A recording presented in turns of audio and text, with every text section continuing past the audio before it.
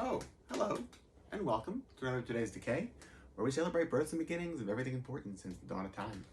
It is October 17th. I missed October 16th. I was really busy. But the nice thing about that is that I have it from last year, so you can always just search through the archives to remind yourself of all sorts of births and beginnings of everything important since the dawn of time from last year, because it applies for this year as well. Yeah. Today, in 1871, Segunda de Chaman was born. Probably pronouncing it wrong.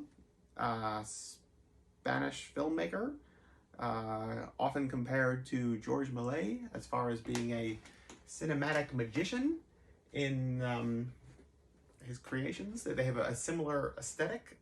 He did a lot of haunted houses and monsters and ghosts that really need to be seen to be believed.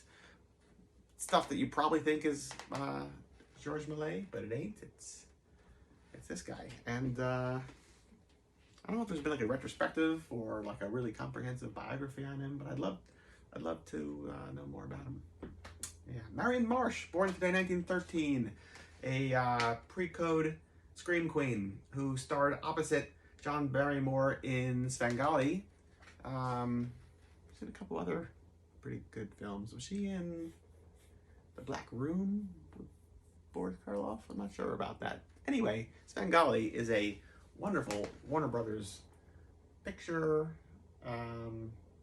Probably the closest that Hollywood ever got to replicating German Expressionist aesthetics for their sets. And also has that really wonderful shot of Svengali as the hypnotist.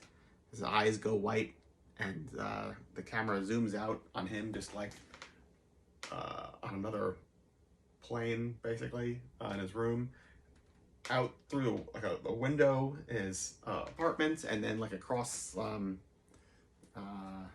cityscape and into Marion Marsh's bedroom, where she wakes up with like a shock, as if like, you know, he's like mentally commanding her from across the city. It is a really phenomenal scene. The whole movie is really good. So yeah, Marion Marsh today.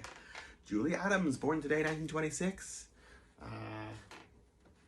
You know, accomplished actress for decades, but probably Creature in Black Lagoon would be her largest claim to fame. The serial Phantom Creeps premiered today, 1939, starring Bela Lugosi. It is a pulse-pounding, exciting serial. One of my favorites. It's, you know, for those that don't know, serials were like 20-minute-ish segments, installments that would, you know, you would see a newsreel, a cartoon, a serial, and then a feature film. Would have been like, you know, 1930s, 1940s movie-going experience. And so, you know, come back next week for the exciting continuation of the Phantom Creeps. Very often, episodes would end with like a plane crash, and like this big explosion, and all the characters must have died. I don't know what happened. And next week, you tune back in, and they've all like jumped out at the very last second, or like run out unharmed somehow. Like just nonsense. Anyway, giant robots, invisibility belts, robotic exploding spiders. I mean, you know, what more do you want? Oh, Bela Lugosi. You got him. No problem. He's here for you. And last but certainly not least, on this day, 1964, the Outer Limits episode, Demon with a Glass Hand, premiered. I said it before, I'll say it again. Outer Limits in comparison to Twilight Zone, you have so many more Twilight Zone episodes to pick from. So, okay, there's some doozies that don't really hit in Twilight Zone, but there's so many great ones. And Outer Limits only was around for 2 years, or 2 seasons.